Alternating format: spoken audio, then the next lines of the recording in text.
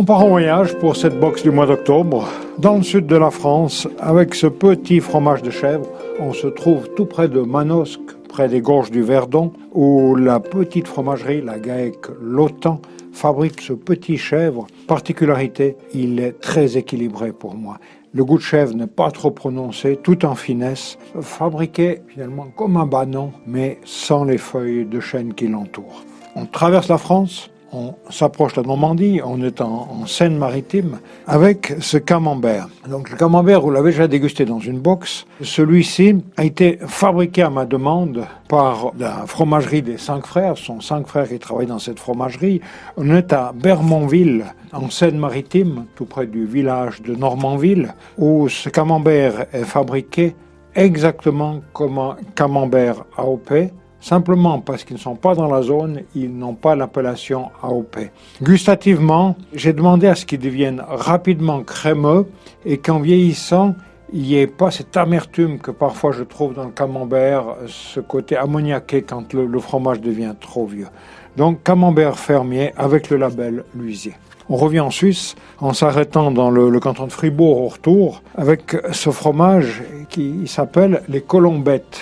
Les Colombettes, c'est une appellation historique. On pense à la ferme des Colombettes dans la montagne fribourgeoise. Eh bien, c'est la laiterie de Wadance qui fabrique ce fromage. Il le chauffe à 34 degrés. Et avant la fabrication, chose étonnante, c'est qu'il rajoute de la crème pour fabriquer son fromage et il met les mêmes cultures que pour le vacherin fribourgeois. Donc c'est un fromage qui est très crémeux avec pas mal de goût à l'intérieur. Et retour en Valais pour le 4e fromage avec ce beau fromage, le champion du monde de la raclette de cette année, l'alpage de Chopalin au-dessus des crozets de Patrice Desfagots, un fromage de caractère qui se déguste tout aussi bien à la main qu'à la raclette. Avec cette box du mois d'octobre, 4 fromages bien différents, du chèvre, du vache, de la pâte molle, de la pâte mi-dure, il faut trouver le vin idéal, donc je vais m'en aller à la recherche d'un excellent vin pour accompagner cette box du mois d'octobre. Ah, salut François. Salut Claude. Qu'est-ce que tu fabriques? Oh bah tu vois, c'est du Cornana qu'on a rentré il y a une semaine et je suis en train de remettre en fait en suspension tout ce que tu vois là, c'est la pellicule, les pépins, en fait c'est la matière et puis le jus qui est en fermentation. Donc tu as pressé ton raisin, tu as mis le jus et le solide et le liquide ensemble. Ouais, alors si tu veux, on a égrappé, on a juste enlevé la rafle et là tu as toute la pellicule, tout le jus qui est ensemble. Et en fait pour la fermentation, vu qu'il y a un dégagement de CO2, ça remonte cette matière. Et maintenant ce que je fais, je le remets en suspension justement pour extraire tout ce qui est la couleur, les tanins et puis le fruit quoi. Et là ça va durer à peu près une dizaine de jours. Ah, donc au départ ton liquide était blanc et puis c'est la peau qui va te donner la couleur. Ouais, c'est comme une infusion, c'est comme pour le thé. Plus tu infuses, plus tu laisses en contact tout ce qui est la matière et puis le jus, puis plus tu vas extraire vraiment de la couleur. Non, moi c'est déjà, ça part un peu sur le violet. Et tous les jours tu fais ça? Alors matin et soir, ouais. Bon, je suis pas venu que pour ça, tu vois, je suis venu avec 4 fromages. Ouais, je vois que ça sent bon en plus. Et j'aimerais qu'on trouve un vin qui va bien avec ça. Alors je pense que j'ai une bonne idée, peut-être pas un rouge, mais j'ai un blanc à te faire déguster. Ah, idéalement avec le fromage, hein, les blancs. Ouais, alors j'ai un blanc qui est aromatique, qui est sec, qui a une bonne acidité, puis je pense faut qu'on aille déguster, puis tu me diras ce que tu penses. Alors, allons à la cave voir un petit peu ça de plus près, là. Ça Ok, m'intéresse. pas de souci, alors on va faire ça maintenant, puis on descend en boc à l'autre, c'est comme ça. Oui, alors. Super. Je te suis, François. Super.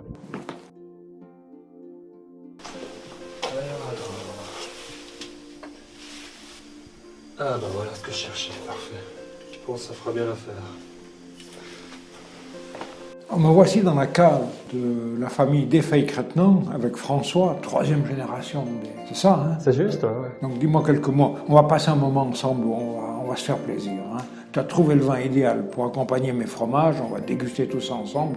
Mais dis-moi avant un ou deux mots sur votre entreprise familiale. Alors pour expliquer un petit peu, moi ça fait à peu près 7-8 ans que je travaille dans l'entreprise familiale. Et comme tu l'as dit, je suis la 3e génération à suivre cette tradition familiale vu qu'on est un peu tous dedans dans la famille. Et puis du coup maintenant moi je m'occupe principalement de la vinification, aussi de la viticulture, un petit peu de la vente, marketing, et dégustation. Et puis on a un peu la casquette à tout faire si on veut. La totale, ton père peut lever le pied. Ouais, voilà, il faut que... oh, c'est pour bientôt, je pense, on verra. Là, il est bientôt à la retraite, mais je pense que c'est dur de lâcher aussi, il faut prendre le temps. Alors, dis-moi un peu le vin que tu as trouvé. Alors voilà, c'est ça que je vais te parler justement. Ça, c'est un nouvel assemblage. Ça fait quoi, la 3e année qu'on le fait. Et on a fait ce vin parce que c'est un vin qui est accessible à tout le monde. Puis un vin qui est quand même fruité, qui est exotique, qui reste sec, qui a pas de sucre. Et puis je trouve que c'est un vin qui est gourmand, puis qui est désaltérant aussi. C'est un vin qui redemande à boire, et puis qui va très bien, je pense, avec tout ce qui est fromage. Je me réjouis de goûter. Donc, multicépage. Multicépage, oui. Intéressant parce qu'on a multicépage, puis on a 4 fromages différents. Et c'est toujours difficile parce que 4 fromages, il faut des 4 vins. Et j'espère que là, on a vraiment la solution. J'espère, faut qu'on déguste. On va déguster. Hein. Je te laisse ouvrir la bouteille. Moi, on va les déguster peut-être du plus doux. Mais du coup, alors, vu que c'est un assemblage, on est sur du Sauvignon blanc, de la petite Arvine, du Riesling et un petit peu de Muscat aussi. Joli. Bon, je te laisse déguster alors, santé. Hein. Ouais, dégustons déjà.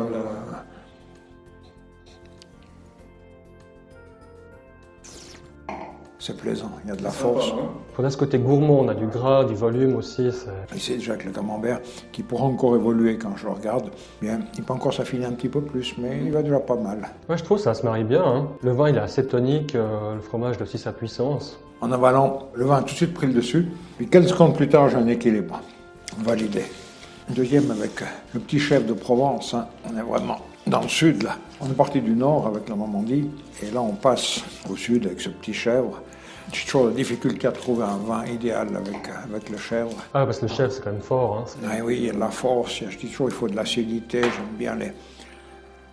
Bon, moi j'aime beaucoup le chèvre, alors c'est que j'ai plus de facilité aussi, mais c'est vrai que celui-là il est aussi onctueux, il est pas trop fort je trouve. Hein. Oui, il est harmonieux. Voilà, ouais. Ouais, exactement ça. Des fois le chèvre t'assomme, là il est tout en harmonie.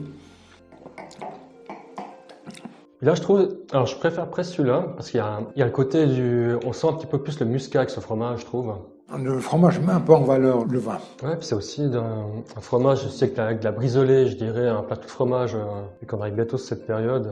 Là, le colombette, c'est un fromage fribourgeois qui est fabriqué avec une adjonction de crème. Non, alors c'est très onctueux ce fromage. Du coup, on a 4 lieux différents là. Oui, oui. Oui, en plus. Ouais, on a un peu plus salé, c'est un peu plus long en bouche aussi. Mais très crémeux. On a de la crème dans la bouche. Bah, je pense qu'on a choisi le bon vin, parce que là, on a aussi, en fait, sur cet assemblage, on a beaucoup travaillé les lies en fait, et puis les lies, ça apporte du gras et du volume en bouche. Et on ressent la même chose que dans le fromage et dans le vin. Et c'est amusant. Tout de suite en entrant, c'est le vin qui domine. Et puis après, ça s'équilibre. Et puis le dernier, c'est le champion du monde. Hein, c'est lui qui a gagné le fromagissime, à Alpage de Chopalin, dans le Val d'Illiers. Là, on est dans le fromage qui a du caractère. Ah, c'est la crème de la crème alors. Ah, il me plaît bien. Il me plaît bien. Tiens, je laisse prendre. Ouais, merci.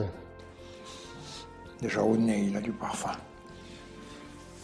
Ouais, puis on sent bien le côté du lait en fin de bouche. Hein. Il est bien. Et la crème aussi, c'est.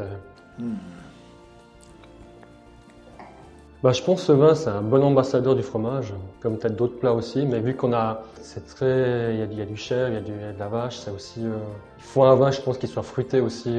C'est que je suis convaincu, parce que des fois, souvent quand on déguste, il y en a un qui ne va pas. Là, les 4, ils s'accordent. Hein. Chaque fois avec le vin, ça valorise le vin, ça valorise le fromage, ça reste longtemps en bouche. Oh, dis donc, tu m'as trouvé quelque chose de bon, là. Ouais, puis vu qu'on a la fraîcheur et l'acidité, bah, ça donne envie, on a envie de continuer, on n'a pas envie de s'arrêter. C'est addictif tout ça, on va. Hein. Alors à ta santé, François. Merci bien. Merci. Santé.